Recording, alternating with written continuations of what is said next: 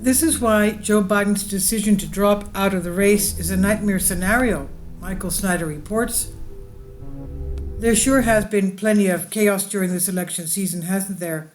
Joe Biden's decision to drop out of the race is a nightmare scenario for Democrats, Republicans, and for the country as a whole.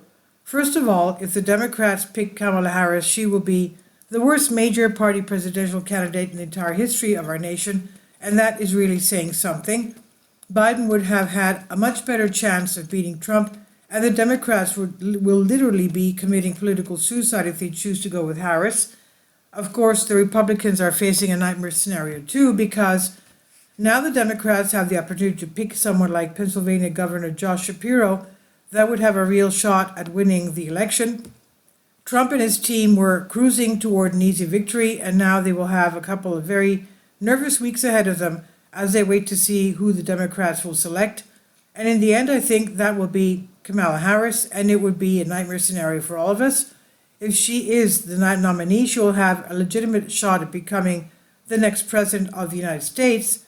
And if that happens, it would be difficult to overstate how disastrous that would be for our country. When I sat down at my computer a little while ago, I was absolutely stunned to learn that Joe Biden had finally made a decision to drop out. President Biden announced Sunday he's dropping out of the 2024 presidential race and threw his support behind Vice President Kamala Harris. While it has been my intention to seek re-election, I believe it's in the best interest of my party and the country for me to stand down and to focus solely on fulfilling my duties as president for my term, Mr. Biden posted in a statement on social media. Mr. Biden said he would address the nation later this week. I think that he finally realized that there was no way he was going to win. But if he's doing this for the good of his party, then why in the world would he endorse Kamala Harris? My fellow Democrats, I have decided not to accept the nomination and to focus all my energies on my duties as president for the remainder of my term. My very first decision as the party nominee in 2020 was to pick Kamala Harris as my vice president, and it's been the best decision I've made. Today, I want to offer my full support and endorsement for Kamala to be the nominee of our party this year. Democrats, it's time to come together and beat Trump. Let's do it. One recent survey showed that Harris would perform very poorly against Trump in the general election. The poll found that if given the choice between Trump or Harris, 49% of voters prefer Trump and only 42% prefer Harris, with the remaining 9% of voters undecided. And without the option of to choose undecided, Trump still leads with 53% of voters preferring the former president, while only 47% would choose Harris. I just don't see how she could win. And when she ran for president in 2020, it was a historic disaster. But somehow she convinced Joe Biden to pick her as his running mate anyway. It was not a popular choice, and her approval ratings have been absolutely dismal ever since then, so it would be crazy for the Democrats to select her. But it's probably going to happen anyway. It appears that the fix is in, and it smells like the whole thing has been orchestrated to make sure that Harris is the nominee. Very shortly after Biden stepped aside, the endorsements started rolling in. Bill and Hillary Clinton have officially endorsed Harris. The former president and the former Secretary of State, who was the Democratic nominee for president in 2016, pledged to do whatever we can, they said, to support Harris. We lived through many ups and downs, but nothing has made us more worried for our country than the threat posed by a second Trump term, the Clintons said in a joint statement. He has promised to be a dictator on day one, and the recent ruling by his servile Supreme Court will only embolden him to further shred the Constitution. Now is the time to support Kamala Harris and fight with everything we've got to elect her. America's future depends on it.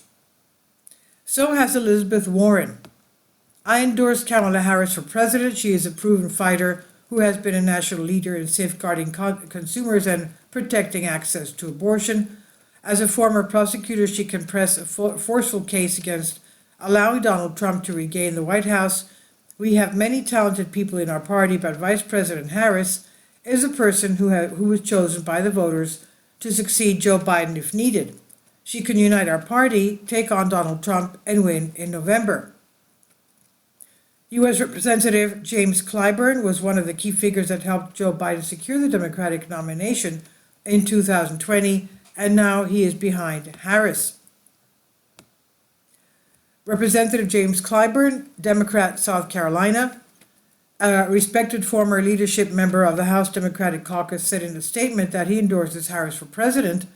I echo the good judgment Biden demonstrated in selecting Vice President Harris to lead this nation alongside him, and I'm proud to follow his lead in support of her candidacy to succeed him as the Democratic Party's 2024 nominee for president, Clyburn wrote.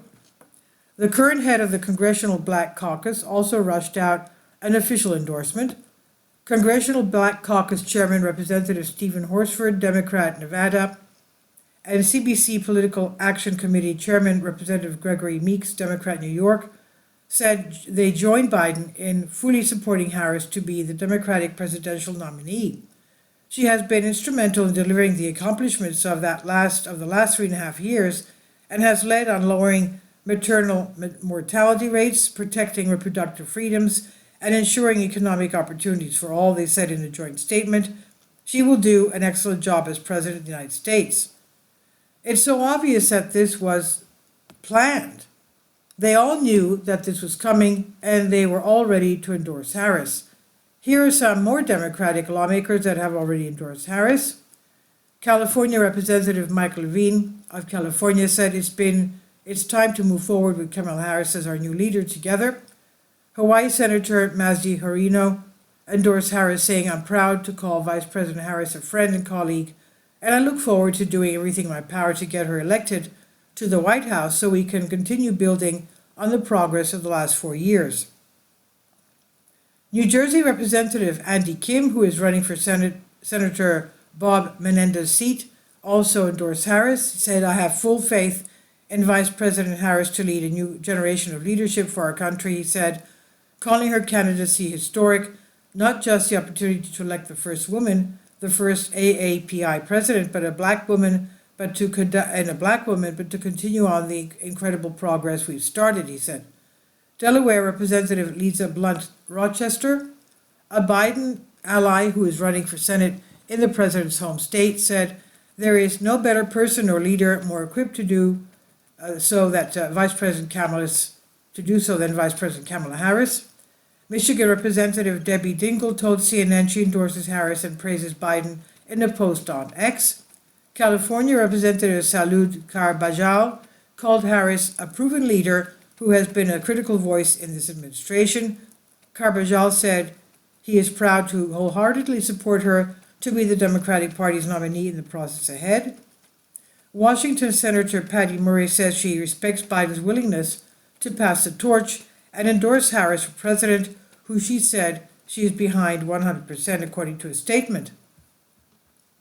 It will really take something big to keep Harris from becoming the nominee at this point, but of course it is still possible. When Trump learned that Biden had dropped out, he went on Truth Social and took one last dig at Biden and his policies. Crooked Joe Biden was not fit to run for president and is certainly not fit to serve, and never was.